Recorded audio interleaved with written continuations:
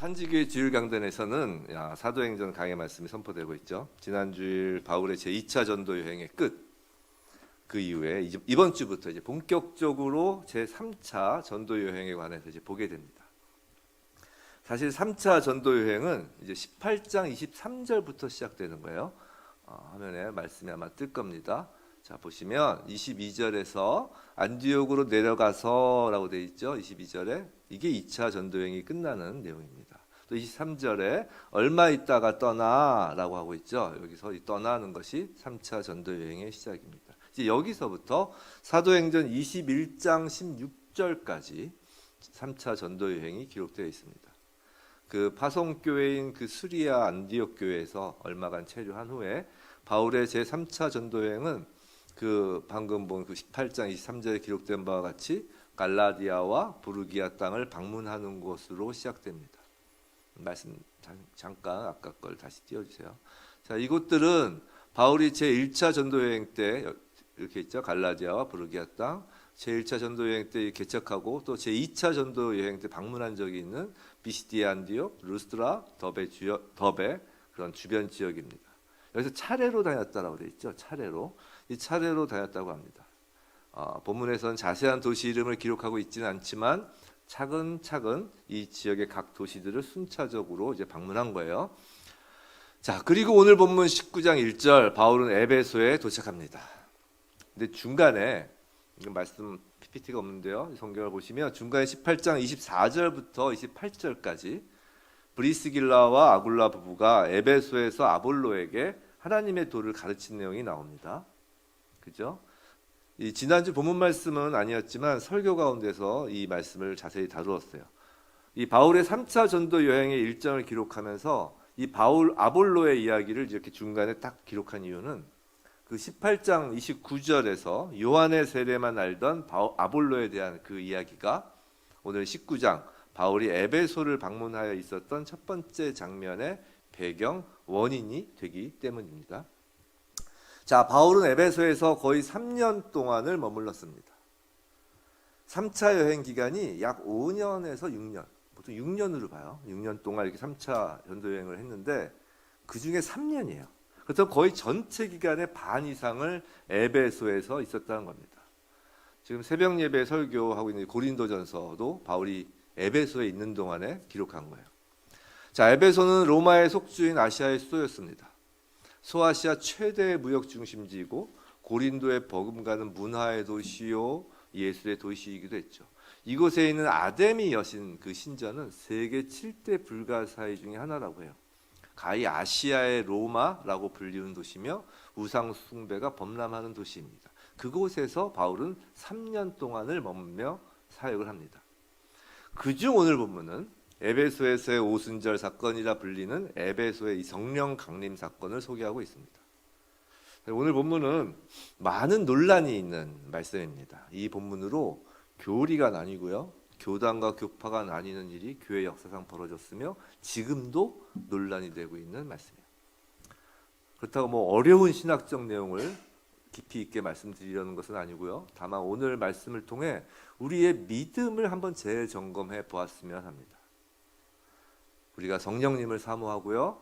저와 여러분 모두 말씀을 깨닫는 은혜가 오늘 있기를 주님의 이름으로 축원합니다. 자, 본문 1절이에요. 자, 아볼로가 고린도에 있을 때라고 합니다. 지난 시간에 살펴본 그 아볼로 이야기와 연결되어 기술되고 있다는 거예요. 자, 아볼로는 브리스길라 아굴라 부부로부터 하나님의 지혜인 예수 그리스도와 십자가 부활에 관한 복음을 이제 정확하게 배웁니다. 그리고 8장 27절 그 앞에를 보면 아가야 지방으로 간다고 나와 있어요. 이 아가야 지방이 고린도 교회가 있는 곳이라고 했죠. 자, 그 후에 바울이 윗지방 아까 살펴본 8장 23절의 그 갈라디아와 부르기아 지방을 차례로 다닌 후에 이제 에베소에 도착한 거예요. 이해가 되시죠? 자, 그런데 바울은 에베소에 와서 제일 먼저 어떤 제자들을 만납니다. 이 7절을 보면 대략 12명 정도의 제자들이라고 해요. 아마도 그들은 나름 에베소 기독교 공동체에서 리더급에 있었던 것 같아요. 그러니까 바울이 에베소에 오자마자 그들을 만난 거죠. 그런데 그들의 모습을 보니까 뭔가 좀 이상한 거예요. 뭔가 좀 미신적인 면이 있었던 거죠. 그래서 바울이 그들에게 질문을 합니다. 2절이죠. 너희가 믿을 때 성령을 받았느냐? 2절 말씀 띄워주세요. 자, 너희가 믿을 때 성령을 받았느냐라고 질문을 합니다. 바울은 왜 제자들로 소개되는 그 에베소 사람들에게 이 질문을 하였을까요? 그건 자신을 제자라고 여기고 있던 사람들의 모습 속에서 성령이 내주하시는 흔적을 발견할 수 없었기 때문이겠죠. 그렇죠? 바울은 그리스도인이 되면 당연히 나타나야 하는 그 성령의 내주하시는 그 모습이 그들에게 없자 자연스럽게 이 질문을 한 거예요. 너희가 믿을 때 성령을 받았느냐? 근데 이 질문이 교회사적으로 엄청난 반향을 일으킵니다. 그걸 다 얘기해 드릴 수는 없고요. 소위 은사주의를 따르는 교파들은 이 질문을 가지고 이 성도가 되는 것을 두 가지 단계로 주장합니다. 첫 번째 단계는 믿음과 회개, 두 번째 단계는 성령을 받음이라고 해요. 그래서 그들은 물 세례와 성령 세례를 구분합니다. 또 오늘 본문 6절에 나오는 그 방언, 예언과 같은 은사를 성령 받은 표지로서 매우 중요시 여깁니다. 즉 본문에서 너희가 믿을 때에에서 그 때를 너희가 믿은 후에로 해석하는 거예요. 이해가 되시죠? 근데 본문을 믿은 후에 성령을 받았느냐라고 해석을 하는 것은 사실 헬라어 원어 성경에 따르더라도 옳지 않습니다. 이 동사의 시제 문제인데요. 원어에서는 주동사, 믿은 때에 성령을 받았느냐, 그 믿다와 받았느냐 동사가 두 개죠. 근데 여기서 원어에서 주동사는 받다예요. 즉 성령을 받는 것이 주동사예요. 우리 옛날을 생각해서 기억은 잘 안 나지만 영어 대충 생각하시면 돼요. 주동사가 받다예요. 그런데 믿은 때에 이 믿음은 이 주동사와 동시적인 동작을 가리키는 분사로 쓰여 있어요. 어렵죠? 이제 쉽게 말씀드리겠습니다. 쉽게 말해서 믿는 것과 성령을 받는 것을 동시에 일어나는 시제를 사용하고 있다는 거예요. 이것이 장로교든 개혁주의 전통적인 입장입니다. 원문 그대로 해석을 하는 거죠. 자, 더 깊게 들어가면 이제 더 깊은 잠에 우리가 빠질 수가 있겠죠. 그래서 일단 이 정도로 하고 이제 제자들의 대답을 보겠습니다. 2절 후반부예요. 아니라 우리는 성령의 계심도 듣지 못하였노라 라고 합니다. 이어서 3절까지 보겠습니다. 자, 3절 띄워주세요. 자, 바울이 두 번째 질문을 합니다. 바울의 질문들이 중요한 거예요. 너희가 무슨 세례를 받았느냐라고 질문을 해요. 그렇다면 에베소의 제자들은 세례를 받기는 받았다라는 거죠. 그죠? 그런데 무슨 세례냐고 질문을 해요. 자, 세례면 세례지 거기에도 무언가 다른 세례가 있다는 겁니다. 우리에겐 좀 생소하죠. 근데 제자들이 답해요. 요한의 세례만을 받았다라는 겁니다. 요한의 세례, 이 말은 아까 그 이전 장면 아볼로가 등장했다는 그 장면에서 나온 말이에요. 18장 25절이죠. 아볼로가 일찍이 주의도를 배워 열심히 예수에 가는 것을 자세히 말하며 가르치나 요한의 세례만 알 따름이라 라고 돼 있어요. 아하, 바울이 에베소에 오기 전에 에베소에서는 아볼로가 사역을 했던 거예요. 그가 근데 요한의 세례만 알고 있었던 거죠. 물론 그 다음에 아볼로는 브리스길라와 아굴라로부터 온전한 복음을 듣고 깨달았지만 곧이어서 아볼로는 바로 아가야 지방으로 떠난 거예요. 그래서 이전에 아볼로로부터 배운 그 에베소의 제자들은 여전히 요한의 세례만 알고 있었던 겁니다. 자, 그럼 요한의 세례라는 것이 무엇일까? 이에 대한 답이 본문 4절에 이어서 나와요. 바울이 말이죠. 바울이 이르되 요한의 회개의 세례, 4절에도 회개의 세례라고 합니다. 즉 요한의 세례는 회개의 세례라는 거죠. 자, 점점 머리가 복잡해지기 시작합니다. 자, 세례를 받았는데 요한의 세례를 받았다고 하고 또 그건 회개의 세례라고 하고 이게 세례는 세례지. 이게 도대체 뭔가? 이런 생각이 들죠. 근데 하나 여기서 우리가 알고 가야 될 건 성경에서 이후에는 이런 내용이 더 이상 나오지 않습니다. 성경에서 이후에는 요한의 세례, 회개의 세례 이런 말이 없어요. 성경 이후에는 여기서 이제 끝을 내고 간다는 거예요. 정리를 하고 간다는 겁니다. 먼저 요한의 세례부터 말씀드리겠습니다. 그럼 마태복음에서 세례 요한이 등장하는 장면부터 보아야겠죠. 자, 마태복음 3장 1절 2절이에요. 그때 세례 요한이 이르러라고 합니다. 자, 세례 요한이 유대 광야에서 나타나 말하죠. 보고 계시죠? 말씀을. 자, 그리고 회개하라. 천국이 가까이 왔느니라. 회개를 촉구하는 겁니다. 그죠? 자, 세례 요한은 구약 시대의 종지부를 찍은 마지막 선지자예요. 구약의 마지막 선지자가 세례 요한입니다. 이후 예수님의 공생애가 시작되고 신약 시대가 열리는 거예요. 구약 시대의 마지막 선지자로서 세례 요한은 회개를 외치는 거예요. 성도 여러분, 구약 성경의 핵심 주제를 한마디로 요약한다면 그건 뭘까요?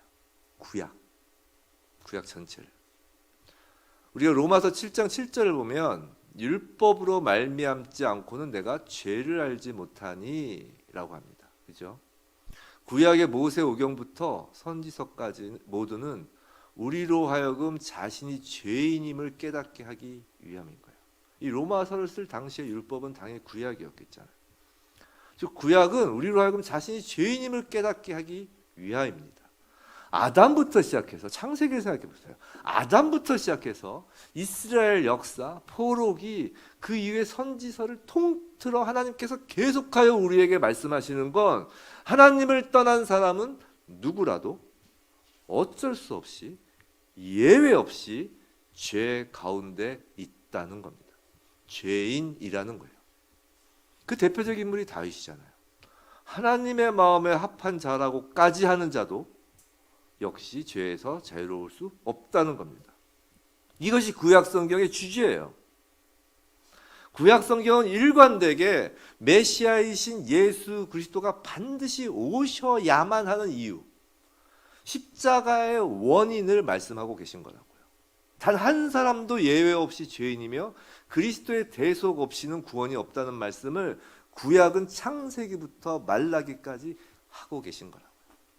그 구약의 마지막 선지자로서 세례 요한이 회개하라라는 그 일성은 그렇게 너무도 적절한 메시지인 겁니다. 근데 회개는 내가 죄인인 것을 전제로 할 때 있을 수 있는 거예요. 그죠? 우리가 안 믿으시는 분들이 회개를 못하는 이유가 죄인임을 인정 안 하기 때문에 회개를 못하는 거예요. 이게 전제가 되는 거예요. 내가 죄인임을 전제로 회개가 시작되는 거죠. 그래서 회개하라. 구약을 한마디로 요약한 겁니다. 세례 요한은 회개하라는 선포와 함께 이제 사람들에게 세례를 주죠. 그리고 그 의미, 자신이 주는 그 세례의 의미에 대하여 세례 요한 스스로가 설명을 합니다. 마태복음 3장 11절 이어서 나오죠.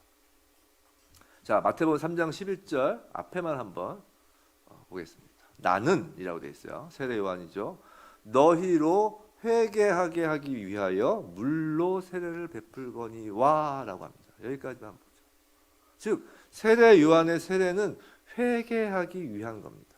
오늘 본문에서 요한의 세례를 회개의 세례라고 한 것과 같은 맥락이죠.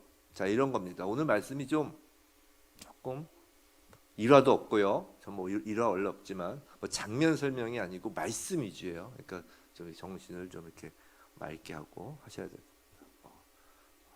자, 이런 거요. 세례 요한은 구약 시대의 막을 내리며 구약의 핵심, 모든 인류가 죄인임을 깨닫고 이 죄에서 회개, 즉 돌이켜서 이제 새로운 메시아의 시대, 신약의 시대를 여시는 예수 그리스도를 영접할 그 마음의 토양을 준비한다는 의미에서 세례를 주는 거예요.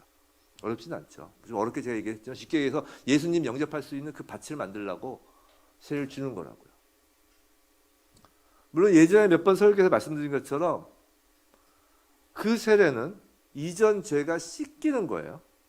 이전 것이 죽는 겁니다. 이것이 요한의 세례, 회개의 세례인 거예요. 이전 것이 죽는 거예요. 지금 에베소의 제자들은 이 요한의 세례만 알고 요한이 말했던 그 회개의 세례만 받은 상태인 겁니다. 자, 이게 무슨 말이냐면 이전 것이 죽었어요. 이전 것이 죽은 것에서 그냥 멈춰 있었다는 거예요. 죽었으면 살아야죠. 근데 회개, 그 회개의 물세례는 죽음을 얘기하는 거예요. 근데 살려야죠. 이걸 전문 용어로 거듭남이라고 하잖아요. 그죠? 근데 예배소 제자들에게는 거듭남의 모습, 즉 살아있는 모습이 없는 거예요. 성령의 열매가 전혀 보이지 않는 거예요. 성령, 하나님의 영이 없어 보이니까 바울이 성령을 받은 거 맞냐고 물어보는 겁니다. 자, 이제 조금 한 단계 더 나가겠습니다. 이렇게 생각을 하셔야 돼요. 자, 요한의 세례에 대한 설명 이제 마저 보겠어요. 자, 앞뒤 문맥까지 한번 쭉 볼게요. 마태복음 3장 1절부터 그 이후에 9절 그 이후 쭉 보겠어요. 마태복음 3장 1절, 2절, 3절, 4절이에요. 띄워주시고요. 자, 읽진 않겠어요. 자, 보세요, 눈으로. 세례 요한이 회개를 선포하죠. 아까 봤던 내용이에요. 그는 이사야에서 3절, 이사야에서 예언된 바로 주의 길을 준비하는 자입니다. 4절은 이제 그의 복장이 매우 희한하다라는 얘기예요. 자, 넘어가겠습니다. 5절, 6절. 자, 이때 예루살렘가 나오죠. 많은 사람들이 이제 죄를 자복했어요. 즉 자신이 죄인임을 인정하고 요한의 세례를 받습니다. 자, 죄인이었던 이전 자신이 죽은 거예요. 자, 7절, 8절, 9절. 그런데 요한이 바리새인들과 사두개인들을 향해서 독사의 자식들아 라고 매우 야단을 칩니다. 그죠? 그들은 자신이 의롭다, 아브라함의 자손이다. 9절에 아브라함 나오잖아요. 아브라함의 자손이다라며 스스로 죄인임을 인정하지 않는 자들이었기 때문에 그들을 독사의 자식들아 라고 야단을 치는 거예요. 회개의 전제가 되는, 아까 말씀드린 것처럼 회개의 전제가 되는 그 죄인임을 인정하는 것조차 없는 사람들을 향한 거죠. 그래서 10절에 임박한 진노, 심판의 진노를 말하고 있는 거예요. 그죠? 찍혀 불에 던져진다고 말하고 계신 거예요. 불은 심판을 의미하는 겁니다. 그리고 아까 본 다시 11절. 자, 11절 봐요. 아까 앞에 부분을 봤죠? 이제 뒤에 부분을 볼게요. 내 뒤에 오시는 이는 예수님이시죠. 그죠? 베풀거니와 다음에 내 뒤에 오시는 이는 나보다 능력이 많으시니 나는 그의 신을 들기도 감당하지 못하겠노라. 그는 뭐함으로요? 성령과 불로 너희에게 세례를 베푸실 것이라는 겁니다. 자, 그럼 예수님은 성령과 불로 세례를 베푼다는 거예요. 그럼 성령과 불로 세례를 베푼다는 것이 무엇일까요? 그걸 또 바로 다음에 나오는 11절에 그 대답이 있는 거예요. 우리 12절, 저 혼자 읽었으니까 우리 한 목소리 한번 읽어볼까요? 시작. 손에 키를 들고 자기의 타작마당을 정하게 하사 알곡은 모아 곡간에 들이고 쭉정이는 꺼지지 않는 불에 태우시리라. 자, 손에 키를 들고 자기의 타작마당을 정하게 하신, 자, 이 말씀은 예수님이 주권자이시다. 만물이 예수님께 속한 것이다 라는 말이에요. 무슨 얘기인지 아시겠죠? 손을 키에 들고 자기의 타작마당이 다 예수님이잖아요. 그리고 알곡은 모아 곡간에 들이고, 이것이 성령으로 세례를 베푸는 거예요. 그리고 쭉정이는 꺼지지 않는 불에 태우시오. 이것이 불세례예요. 성령은 구원, 알곡은 모아 곡간에 들이고, 구원, 영원한 생명으로 인도하는 세례이고요. 불은 심판의 때 쭉정이에게 임하는 거라고요. 이건 예수님의 두 가지를 말씀하는 거예요. 구원자이시며 심판주이신 예수 그리스도를 말하고 있는 거예요. 즉 성령 세례는 구원, 새 생명을 주시는 겁니다. 요한복음에 기록된 예수님의 거듭남에 대한 설명을 보면 이것이 더욱 확실해져요. 이것이 니고데모와의 대화예요. 니고데모와의 대화. 우리 한번 요한복음 3장 3절부터 5절까지 우리 한번 읽어볼까요? 시작.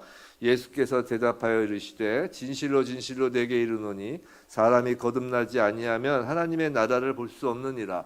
니고데모가 이르되 사람이 늙으면 어떻게 날 수 있사옵나이까? 두 번째 모태에 들어갔다가 날 수 있사옵나이까? 예수께서 대답하시되 진실로 진실로 내게 이르노니 사람이 물과 성령으로 나지 아니하면 하나님의 나라에 들어갈 수 없느니라. 거듭난 자만이 하나님 나라를 볼 수 있는데 물과 성령으로 나눈 것이라고 하는 거예요. 그래서 물을 말씀으로 해석하는 분들도 계세요. 맞아요. 근데 말씀이 아까 뭐라고요? 내가 죄인됨을 깨닫게 하는 거예요. 죄인임을 깨닫고 회개하는 것. 이전 것이 죽는 겁니다. 성령, 구원, 새 생명, 생명이신 하나님의 영이 임재하는 거예요. 즉 죽고 사는 것, 거듭남인 거예요. 자, 그럼 오늘 에베소 제자들에게 먼저 회개의 세례를 받고 성령을 받는 것에 이렇게 시간 간격이 있었잖아요. 지금 에베소 제자들은? 그러면 이렇게 시간 간격이 항상 있는 걸까요? 아니면 개혁주의, 지금 저희가 따르고 있는 개혁주의, 복음주의, 장로교 그거에 따라서 동시에 일어나는 일일까요? 근데 이건 정말 인간적인 생각이에요. 그런 생각 안 해보셨어요?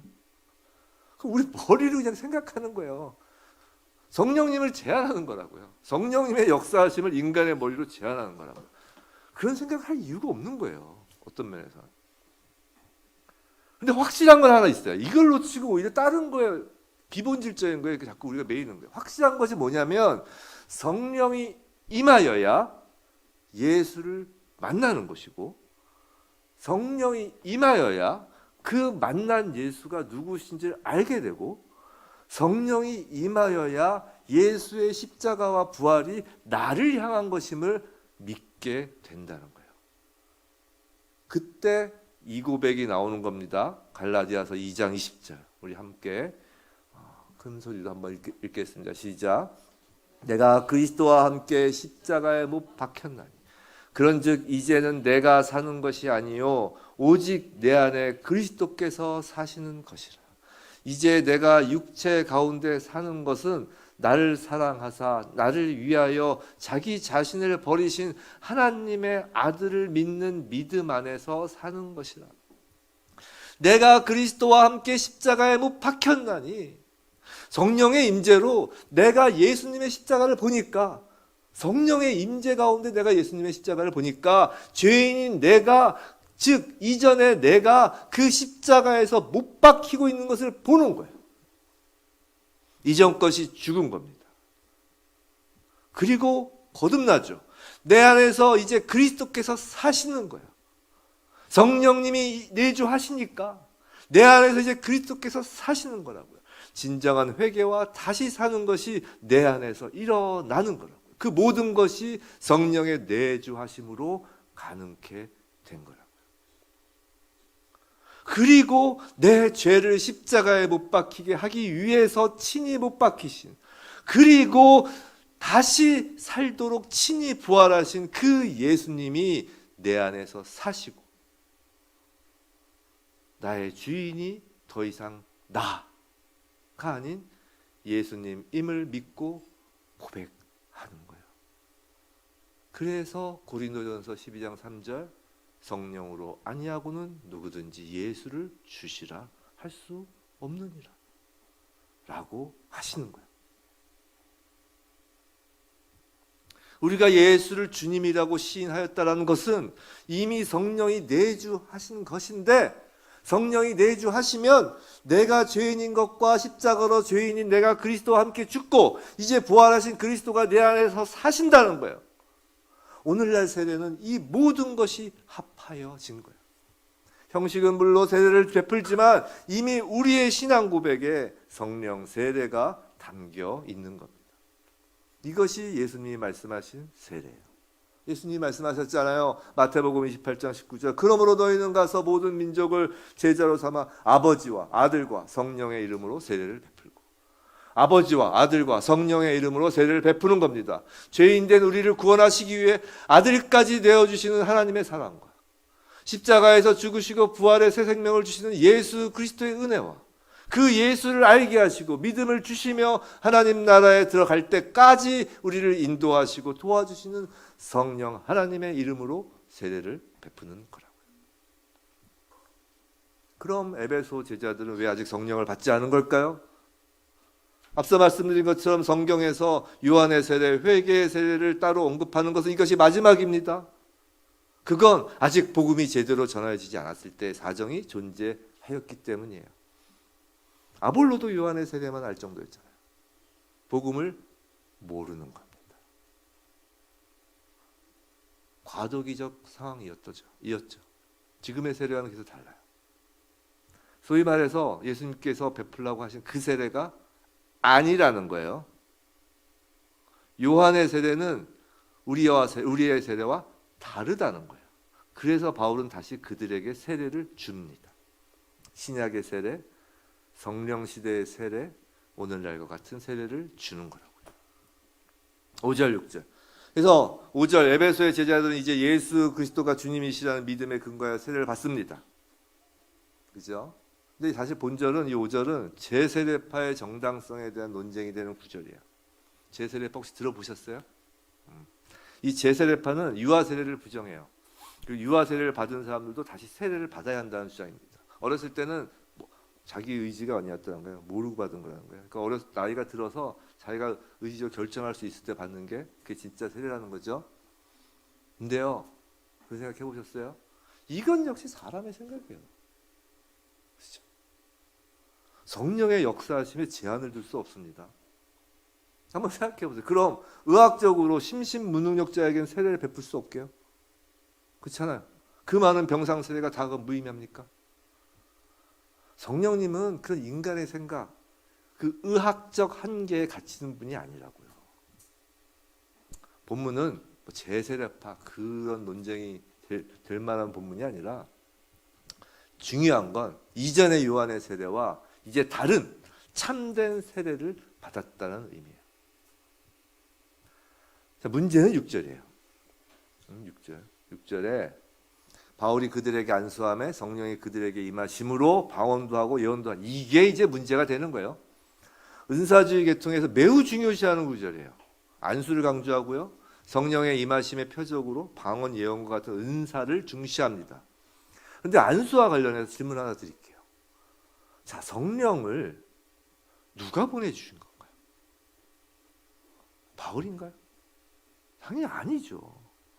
만약에 누군가 안수를 해야 성령이 임한다면 아마 역사상 얼마나 많은 그리스도인들에게 성령 임재가 없는 것인지 셀 수도 없을 거예요.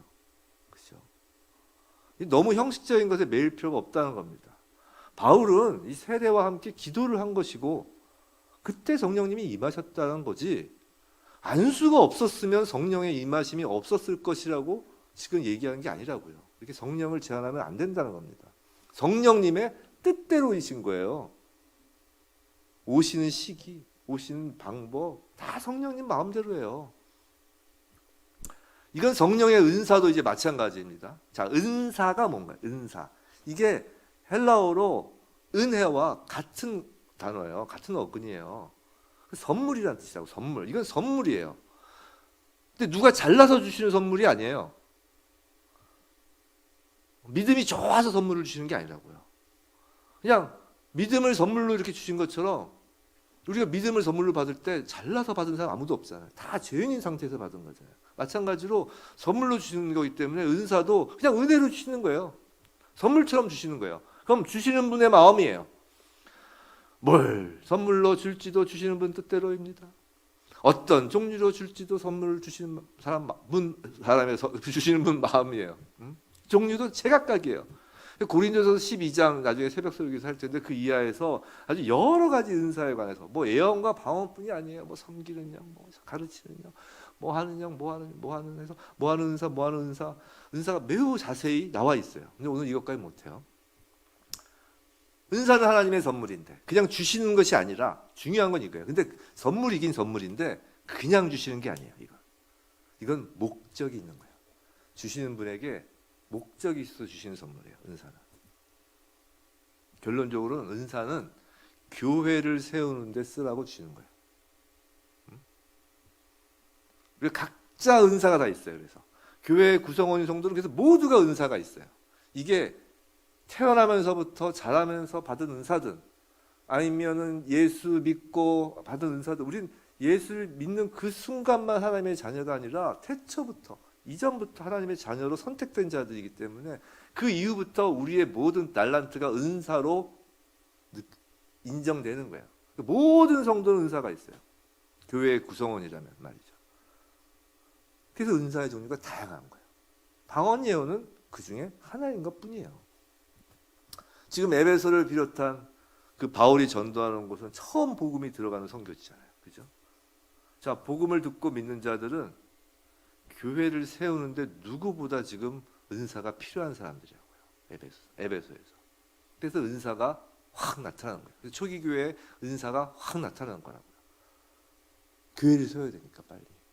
그리고 아주 전무한 상태였기 때문에. 그럼 지금은 전 지금도 은사가 반드시 필요하다고 믿습니다. 이렇게 얘기하면 방언이연 얘기하는, 그건 그 중에 하나라고 했잖아요. 근데 은사가 반드시 필요합니다. 그리고 반드시 주신다고 믿습니다. 성도 여러분, 이 시대에도 은사를 사모하시기 바랍니다. 하나님의 선물이라고 했어요. 하나님의 선물을 폄하해서는 안 됩니다. 필요한 거예요. 예수 그리스도의 몸된 교회를 세우고 교회를 교회답게 하기 위해선 인간의 노력과 의지, 인간의 생각으로 되는 것이 아니에요. 하나님이 하십니다. 근데 어떻게 하시냐면 성도들에게 은사를 주시며 그 성도들을 통하여 하시는 거예요. 그렇기에 하나님의 선물 성령의 은사를 사모하시기 바랍니다. 은사는 자기 유익, 자기 자랑의 목적이 아니에요. 뭐라고요? 교회를 위한 거라고요. 그래서 은사를 사모하는 거예요. 그런데 은사주의 그 계열이 강조하듯이 본문을 은사가 성령의 임재의 사인이라고 해석하는 것은 아니라는 거예요. 마치 방언을 하는 사람만 성령 세례를 받은 것처럼 여기며 이렇게 성도를 구분하는 그런 잘못을 범할 수 있어요. 또한 자칫 너무 은사만을 강조하면 성령과 무관한, 예수님과 무관한 신비한 능력만을 쫓는 부작용이 생깁니다. 예수님의 이름으로 하였지만 예수님과 무관한, 그것을 예수님은 이미 말씀하셨죠? 아시죠? 마태복음 7장 22절 23절이에요. 마태복음 7장 22절 23절 우리 함께 한번 읽어보겠습니다. 시작. 그날에 많은 사람이 나더러 이르되 주여 주여 우리가 주의 이름으로 선지자 노릇하며 주의 이름으로 귀신을 쫓아내며 주의 이름으로 많은 권능을 행하지 아니하였나이까 하리니 그때 내가 그들에게 밝히 말하되 내가 너희를 도무지 알지 못하니 불법을 행하는 자들아 내게서 떠나가라 하리라. 자, 주의 이름으로 선지자 노릇, 주의 이름으로 귀신을 쫓아내며 주의 이름으로 많은 권능을 행하였다고 합니다. 다른 이름이 아니라 예수 그리스도의 이름으로 하였다는 거예요. 그런데 23절 내가 너희를 알지 못한다 하고 하시는 거예요. 이건 예수님과 상관없다라는 거예요. 예수님과 연결되어 있지 않은 자들이다 라는 거예요. 선지자 노릇, 축기, 권능, 엄청난 은사를 행하여도 예수님과 무관한 경우가 있다는 겁니다. 그것들로 예수님과 연결되어 있는지 여부를 알 수 없다는 거예요. 왜요? 그건 열매가 아니기 때문이에요. 방금 본 마태복음 9절 그 직전에 나오는 말씀을 함께 보면 예수님의 말씀의 그 뜻을 알 수 있어요. 마태복음 7장 16절부터 20절까지예요. 우리 함께, 이게 중요한 말씀이에요. 한번 읽어보겠습니다. 시작. 그들의 열매로 그들을 알지니 가시나무에서 포도 또는 엉겅퀴에서 무화과를 따겠느냐. 이와 같이 좋은 나무마다 아름다운 열매를 맺고 못된 나무가 나쁜 열매를 맺나니 좋은 나무가 나쁜 열매를 맺을 수 없고 못된 나무가 아름다운 열매를 맺을 수 없느니라. 아름다운 열매를 맺지 아니하는 나무마다 찍혀 불에 던져지느니라. 이러므로 그들의 열매로 그들을 알리라. 열매로 어떤 나무에 연결된 사람인지 알 수 있다는 거예요. 예수님께서도 자신을 나는 포도나무라 라고 하신 적이 있잖아요. 포도나무에 터 잡으면 배가 안 열리는 거예요. 포도나무에 터 잡으면 포도가 열리는 거예요. 지금 포도가 중요한 게 아니라 포도나무가 중요한 거예요. 근데 포도가 열려야 포도나무인지를 안다는 거예요. 연결되어 있는 거예요. 자, 예수님께 연결되어 있으면 열매가 열리는데 그 열매는 목사나 장로나 집사나 선교사나 직분자 하는 그 노릇도 아니고 그 열매는 귀신을 쫓는 능력도 아니고 그 열매는 엄청난 권능, 성공과 부여와 명예가 아니라는 거예요. 예수에 연결된 사람, 예수의 십자가에 함께 못 박히고 내 안에 진정 예수가 사는 사람, 그리스도인에게서 발견되는 열매는, 그 성령의 열매는 은사가 아니라, 직분이 아니라, 권능이 아니라 갈라디아서 5장 22절 23절이에요. 우리 함께 읽어보겠습니다. 시작. 오직 성령의 열매는 사랑과 희락과 화평과 오래 참음과 자비와 양성과 충성과 온유와 절제니 이 같은 것을 금지할 법이 없느니라. 사랑과 희락과 화평과 오래 참음과 자비와 양선 충성 온유 절제, 성령의 이 9가지 열매라는 거예요. 포도나무가 뿌리이기에 포도가 열리는데 바로 그 본질 자체가 예수를 닮음이라는 거예요. 바울이 에베소에서 제자라고까지 칭하여지는 사람들을 보고 왜 성령을 받았는지 물었을까요? 그 열매가 전혀 보이지 않았던 거예요. 에베소 지자들은 아볼로가 그런 것처럼 복음을 몰랐던 겁니다. 십자가와 부활의 참된 의미 복음을 모르니까 그들의 터는 아직 세례 요한이고 그들의 터는 아직 예수 그리스도가 아니었던 거예요. 성령이 그 안에 있을 수가 없죠. 그러니 성령의 열매의 흔적도 없었고 그걸 본 바울이 이상히 여긴 거예요. 그들이 방언을 못해서 이상히 여긴 게 아니라고요. 그럼 너희는 방언을 못하니? 이렇게 물어봤겠죠. 성도 여러분, 그런데요, 이건 열매예요. 선물인 은사는 주시면 즉각 나타날 수 있습니다.